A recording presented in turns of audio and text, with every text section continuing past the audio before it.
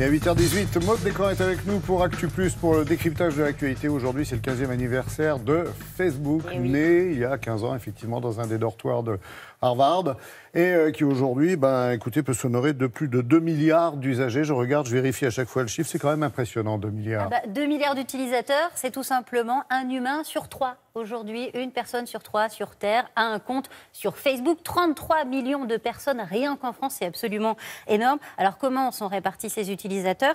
Eh bien, c'est très simple. On a près d'1 milliard en Asie, évidemment, c'est là où il y a le plus de population, suivi par l'Europe, 381 millions d'utilisateurs, et ensuite l'Amérique du Nord avec quasiment 250 millions d'utilisateurs de Facebook. Le pays qui compte le plus grand nombre d'utilisateurs, eh bien, sans surprise, c'est l'Inde, puisque c'est aussi un des pays les plus peuplés au monde. Et ce qu'il faut savoir, c'est que si Facebook est à un succès mondial, eh bien, il y a encore certains pays où le réseau social n'est pas accessible. Je pense notamment à la Chine et à la Corée du Nord, évidemment. Et là, vous ne parlez pas des réseaux associés qui rapportent beaucoup aussi. Ah oui, ça rapporte gros. Alors, vous savez que Facebook a énormément évolué depuis sa création il y a 15 ans, en effet, dans le dortoir de Harvard. On n'est plus, vous savez, dans cet annuaire en ligne qu'on présentait, ou cette espèce de trombinoscope un peu ringard.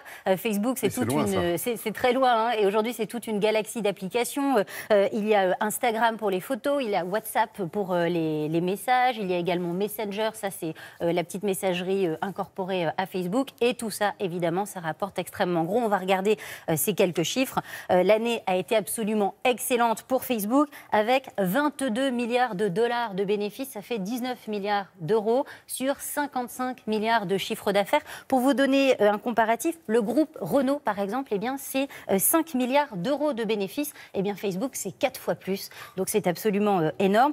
Qu'est-ce qui rapporte gros dans ce modèle économique de Facebook ? Eh bien, c'est la collecte de nos données personnelles. Cette collecte massive qui permet à Facebook de réaliser 98% de son chiffre d'affaires.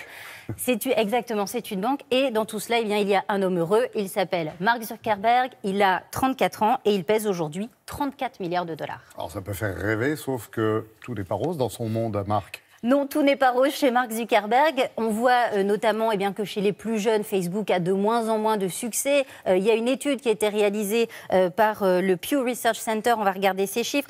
Chez les adolescents américains âgés entre 13 et 17 ans, seulement 51% sont sur Facebook, alors qu'ils sont 69% à être sur Snapchat et 72% à être sur Instagram. Donc on voit quand même qu'il y a une certaine désaffection des plus jeunes pour ce réseau social. Ouais, mais c'est vrai que sur les réseaux...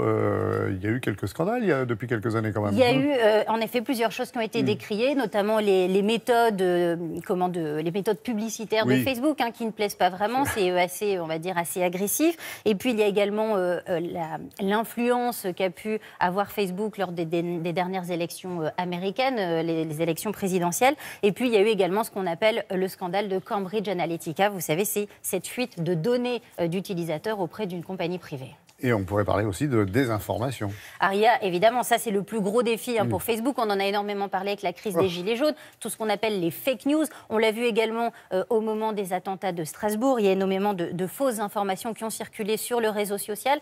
Et ça, Mark Zuckerberg et ses équipes savent que c'est le défi de demain qu'il va falloir relever. Ils ont dépensé plusieurs milliards de dollars et ils ont embauché plusieurs milliers de personnes pour travailler sur la confidentialité, sur la protection des données, mais aussi sur le démontage, on va dire, de ces fake news. Malgré cela, le réseau se porte bien. Chaque jour, il y a des utilisateurs supplémentaires et puis surtout, les annonceurs sont là pour acheter de la publicité. Oui, mais un peu moins de jeunes sur ces fameux réseaux. Alors, quel avenir pour Facebook ? Alors, un peu moins de jeunes et surtout des jeunes qui ont des usages très différents. Aujourd'hui, on parle beaucoup des enceintes connectées, vous savez, Google, Amazon, etc.